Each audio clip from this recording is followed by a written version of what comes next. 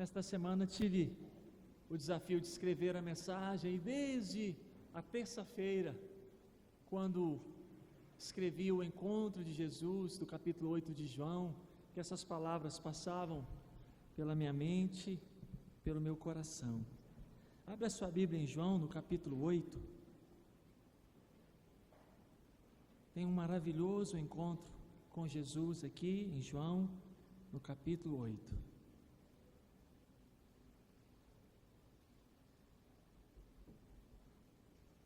O texto diz assim: Jesus, entretanto, foi para o Monte das Oliveiras e de madrugada voltou novamente para o templo, e todo o povo ia ter com ele, e assentado os ensinava. Os escribas e fariseus trouxeram à sua presença uma mulher surpreendida em adultério, e fazendo-a ficar em pé no meio de todos, disseram a Jesus: Mestre, esta mulher foi apanhada em flagrante adultério, e na lei nos mandou Moisés que tais mulheres sejam apedrejadas. Tu, pois, que dizes? Isto diziam eles, tentando para terem do que o acusar. Mas Jesus, inclinando-se, escrevia na terra com o dedo. Como insistissem na pergunta, Jesus levantou e lhes disse: Aquele que dentre vós estiver sem pecado, seja o primeiro que lhe atire pedra. E tornando a inclinar-se, continuou a escrever no chão. Mas ouvindo eles esta resposta, e acusados pela própria consciência, foram se retirando um por um, a começar pelos mais velhos até aos últimos, ficando só Jesus e a mulher no meio onde estava. Erguendo-se Jesus e não vendo a ninguém mais além da mulher, perguntou-lhe: Mulher, onde estão aqueles teus acusadores? Ninguém te condenou? Respondeu ela: Ninguém, Senhor. Então Jesus lhe disse: Nem eu tampouco te condeno. Vai e não peques mais. Nesse texto aparece a figura, os personagens que vêm com o nome de fariseus. Fariseus, nos primeiros séculos da história cristã, no tempo de Jesus, eles foram religiosos que surgiram de grupos da própria população judaica, como consequência das diversas interpretações da fé cristã judaica.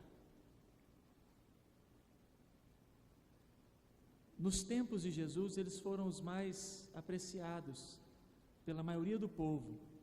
O seu nome em hebreu significa os segregados, os separados, os distintos de todos. Eles dedicavam sua maior atenção às questões relativas à observação da lei e da pureza dos rituais, inclusive fora do templo. As normas da pureza sacerdotal, estabelecidas para o culto, passaram a marcar para eles o ideal de vida, e todas as ações da vida cotidiana ficava retida, presa aos rituais e às formas sacerdotais de pureza. Eu disse fé cristã, é fé judaica, é o judaísmo, é a crença no Deus de Abraão, o Deus do Antigo Testamento. Eles tinham a lei de Moisés, que chamava Torá ou Pentateuco, como um dos livros a serem seguidos, e eles fizeram um outro livro, chamado de Torá Oral, na qual eles traduziram os ensinamentos de Moisés com as suas interpretações, e eles então criaram formas de adorar a Deus que sequer estavam aqui nos textos de Moisés. Mas o livro da tradição oral foi colocado na mesma posição dos textos do Antigo Testamento. No texto que lemos também apareceram os escribas junto com eles, levando essa mulher que foi pega em flagrante adultério à presença de Jesus. Os escribas, eles eram os doutores da lei. Lá atrás, no Antigo Testamento, eles eram simplesmente copistas, eles copiavam os textos. Mas no tempo de Jesus, eles eram muito mais do que isso. Eles eram uma espécie de mestrados e doutorados que sabiam tudo dos textos interpretados e escritos. Eles eram mais os palestrantes do que os fariseus propriamente ditos. Aqui nós temos o templo. Que templo é este? No texto que lemos, temos os escribas, os fariseus, uma mulher adúltera, Jesus no templo. Este não é o templo edificado por Salomão, que em 586, 587 antes de Jesus foi totalmente destruído, quando a Babilônia entrou, agrediu, atacou, destruiu, queimou e jogou o templo de Salomão no chão. Quando os israelitas voltaram para a região da Palestina, 70 anos após o cativeiro, eles então construíram um novo templo. E também não é este segundo templo que está no texto que lemos. Este segundo templo era chamado de Templo de Zorobabel.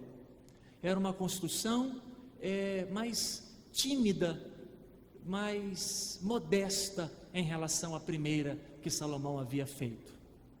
Nos tempos de Jesus, no entanto, Herodes, o Grande, que governava a região da Judeia, no ano 63 a.C., Israel passou a ser domínio dos romanos. Eles dividiram a Palestina em 6 regiões: a Judeia, a Idumeia, a Itureia, a Galileia, Samaria e a Pérea. Herodes governava sobre a Judeia, mas ele praticou muitas atrocidades. Ele assassinou, matou muitas pessoas, inclusive algumas das mulheres que com ele haviam se casado. Com isso, o povo judeu estava muito revoltado contra ele. Herodes vivia debaixo da ameaça da conspiração. Ele tinha muito medo de que uma conspiração o retirasse do trono. Por isso, ele fez uma promessa para os judeus: vou construir o melhor templo que vocês já viram em todo o mundo. Então esse templo que nós lemos também era conhecido como Templo de Herodes. Foi construído por ele. Se você pesquisar, vai encontrar que ele era uma das 7 maravilhas do tempo antigo. Ele fez algo belíssimo e assim apaziguou os ânimos dos israelitas. O que nós temos aqui no texto? Os escribas e os fariseus não trouxeram uma mulher pecadora com a intenção de que fosse feito correções religiosas para que as pessoas parassem de pecar. A intenção deles não era boa. A intenção deles era má e contra Jesus. O versículo de número 6 nos apresenta esta má intenção. Vamos ler juntos? João 8, 6. Vamos todos? E isto diziam eles, tentando para terem. Mas Jesus, inclinando-se, escrevia na terra com o dedo. Vamos ler de novo? E isto diziam eles, tentando para terem de que o acusar. Mas Jesus, inclinando-se para o chão, escrevia com o dedo. O versículo 6 revela para nós que a intenção não era boa. A intenção não era para se corrigir nada. Eles queriam acusar Jesus. E eles armaram uma armadilha jurídica muito perigosa. E ela aconteceu de forma pública. Eles apresentaram para Jesus uma lei de Moisés que deveria ser aplicada e disseram para ele que era um mestre, um rabi, que devia obedecer às leis mosaicas, e colocaram-no numa armadilha jurídica quando disseram: Essa mulher foi pega em flagrante adultério. A lei de Moisés diz que ela deve ser apedrejada. O que o Senhor nos orienta a fazer? A armadilha se tratava do seguinte: Jesus não podia aplicar a lei de Moisés, porque Israel estava debaixo do domínio romano, e somente os romanos poderiam aplicar pena capital de morte em qualquer pessoa, em qualquer situação. Se Jesus aplica a lei de Moisés, ele seria preso, condenado, criminalizado. A armadilha era dupla, pois ao mesmo tempo que ele não podia ordenar que ela fosse morta, se ele não o fizesse, os fariseus teriam mais força para dizer diante do povo: ele não é de Deus, ele não obedece às leis mosaicas. O que Jesus faz? Antes de vermos o que ele fez, alguma vez você já havia notado nesse texto que isso aconteceu de madrugada? 100% dos filmes erram esta cena. Eu pedi aos irmãos que colocassem 1 minuto e 35 segundos da cena do filme A Paixão de Cristo, com a mulher adúltera, só para que visualizássemos que o Mel Gibson também errou nesta cena. Conseguiu a cena, Heber? Lá? Não? Não, então não coloca. Obrigado, pode deixar. Em todas as cenas de filme, a cena é feita à luz do dia. Em todas. Você pode fazer a sua pesquisa mediante a internet ou como quiser. Todas são de dia. E o texto diz: foi de madrugada. Já tinha prestado atenção nesse detalhe? Agora vamos pensar. Ele terminou uma jornada de um dia difícil, ele foi para o Monte das Oliveiras, deve que os discípulos pensaram que eles iam orar e dormir, de repente ele diz: vamos ao templo. Os discípulos devem ter olhado um para o outro e dito: de novo? Os mais difíceis em obedecer, deve que disseram: vamos dizer para ele que vamos amanhã. Os mais obedientes disseram: vamos com ele. Então eles descem do Monte das Oliveiras de madrugada e vão para o templo.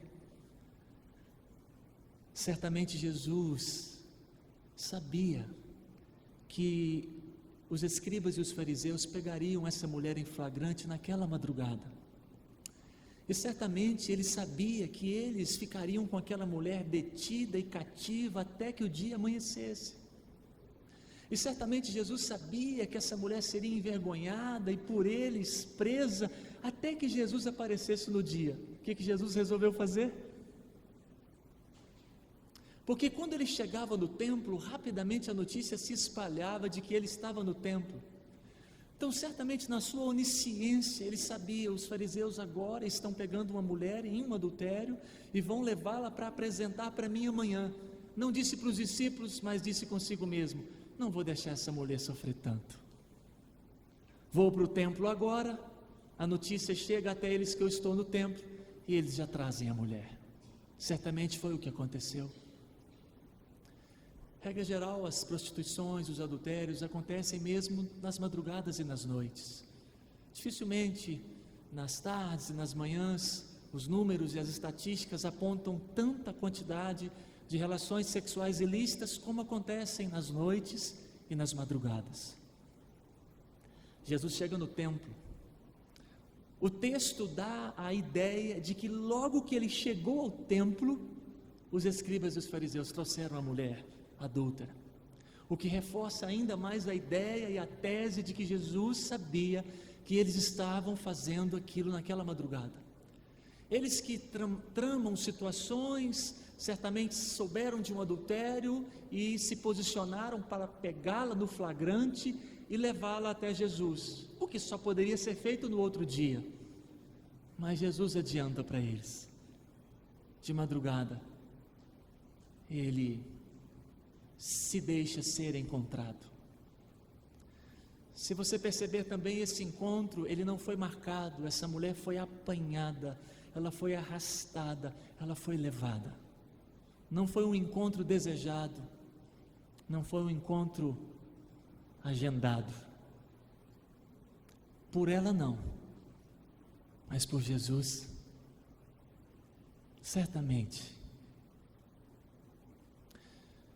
Você percebeu no texto que ele está escrevendo no chão com o dedo? Então, ele não havia passado do pátio dos gentios. A construção era gigantesca. Logo após passar pelos muros, a maior parte do templo era o pátio dos gentios. O chão era de terra. Não podia haver edificações para que os gentios pisassem. Eles são gentios, eles podem pisar só na terra.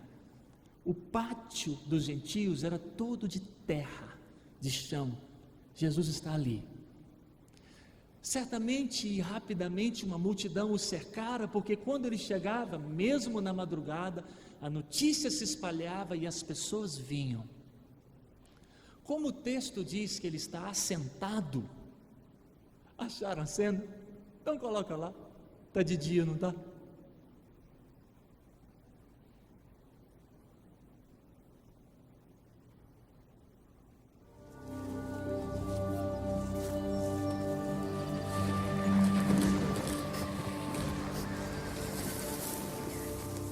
O que será que ele escrevia no chão antes deles chegarem? O que será que ele continuou escrevendo no chão depois que eles saíram?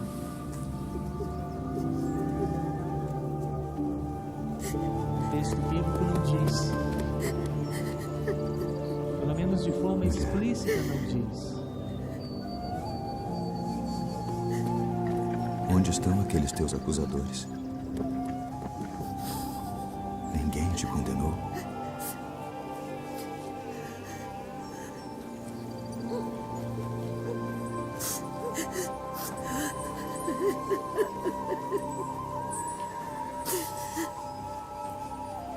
Ninguém, Senhor.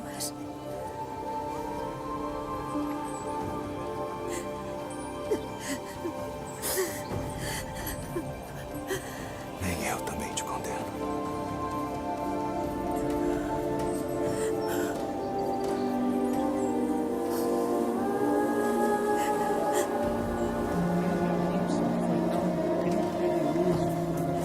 Vai-te. E não peques mais. Em 2006, não percebeu que não foi de dia, foi de madrugada. Como o texto diz que ele está assentado e escrevendo no chão, possivelmente ele estava assentado nos primeiros degraus, na ponta do pátio dos gentios, onde você subia e entrava para o outro pavimento. Então, para estar sentado, o pátio, que era completamente plano, sem mesas e sem cadeiras, a única explicação mais plausível para o texto é: ele estava sentado no primeiro ou no segundo degrau do pátio dos gentios. O que será que ele escrevia no chão? Pois o texto diz que quando eles chegaram, ele estava escrevendo no chão. O texto diz que ele levanta, abaixa e continua escrevendo no chão. Versículo de número 7 diz assim: como insistissem na pergunta, Jesus se levantou e lhes disse: aquele que dentre vós não estiver em pecado, ou aquele que dentre vós estiver sem pecado, seja o primeiro que lhe atire a pedra. Alguns estudiosos da Bíblia acreditam que talvez fosse esta palavra que ele estava escrevendo no chão antes deles chegarem. E talvez ele estivesse tratando de pecado antes de que eles chegassem, para que Cristo impactasse mais as pessoas que estavam em volta dele, pois eles teriam a nítida convicção de que Jesus de fato sabe de todas as coisas, porque ele é interrompido por causa de pecado. E alguns acreditam que talvez ele tenha levantado, apontado para o chão, para a palavra pecado, e dito esse versículo apontando para o chão: aquele que estiver sem. Todos olharam para o chão e leram pecado. Uma outra força para esta possibilidade e para esta situação é o fato de, na madrugada, o chão fica mais fácil de escrever. De dia, com o sol, as palavras não ficam tão legíveis, mas de madrugada, o mesmo chão, ele muda a cor. Com um dedo ou com uma vara, você escreve melhor as palavras. Talvez no chão tivesse escrita a palavra pecado. Então talvez ele disse assim: aquele que tiver sem, apontou para a palavra e disse: pecado, atire a primeira pedra. Ele se abaixa novamente e continua a escrever. O que será que ele escreveu? Alguns estudiosos acreditam que na segunda vez ele abaixou e começou a escrever o nome de cada um dos que estavam ali com a pedra na mão. Porque o texto diz que eles se retiraram não em bando. O texto diz que eles não se retiraram em grupos. O texto diz que eles se retiraram um por um. E o texto ainda acrescentou uma ordem de retirada. Não apenas foi um por um, mas foi do mais velho até o mais novo. Essa tese, ela é muito reforçada por um versículo que se encontra, abra sua Bíblia, Jeremias, capítulo 17, verso 13. Curiosamente, o texto diz assim: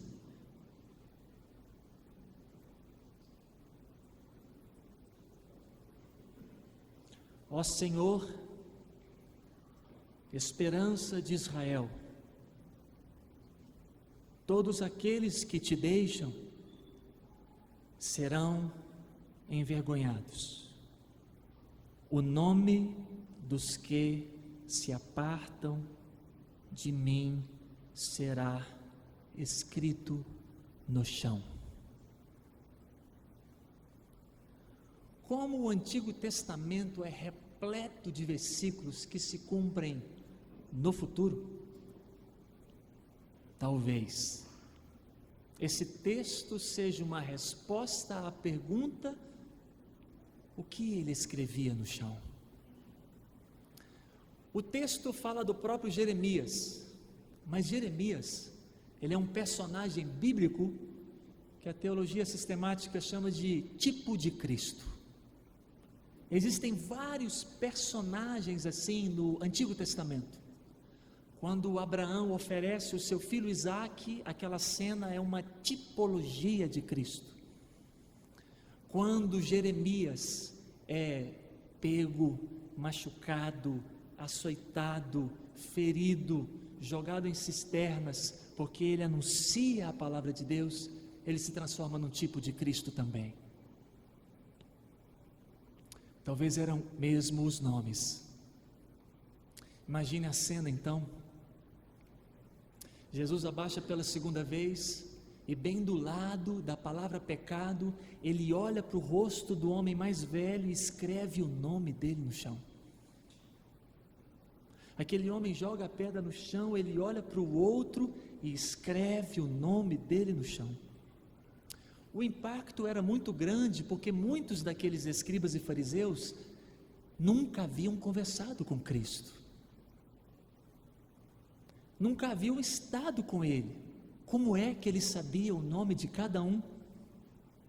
Se a cena foi de fato essa, nós não temos dificuldade em ter a seguinte conclusão lógica: se Ele sabe o meu nome, se Ele sabe o meu nome, se Ele sabe o meu nome, todos se retiram. Ele encerra o diálogo com a mulher e Ele perdoa a mulher. Jesus aqui apresenta a sua posição favorável ao perdão, ao perdoar a mulher e ao dizer: eu também não te condeno, mas ao mesmo tempo Ele apresenta a sua posição desfavorável ao adultério, quando Ele diz: vai e não peques mais. O que podemos tirar de lição nesse texto? Uma primeira lição muito clara e lógica: todos nós somos pecadores. Há a necessidade, de vez por outra, trazermos para a nossa mente cristã, evangélico-religiosa, de que nós somos pecadores. Esse ambiente glorioso de culto, esse ambiente, essa sensação gloriosa de perdão, se não vigiarmos, retira de nós essa declaração de que também nós somos pecadores. E isso é muito ruim, porque se nós perdemos essa noção, nós vamos ficando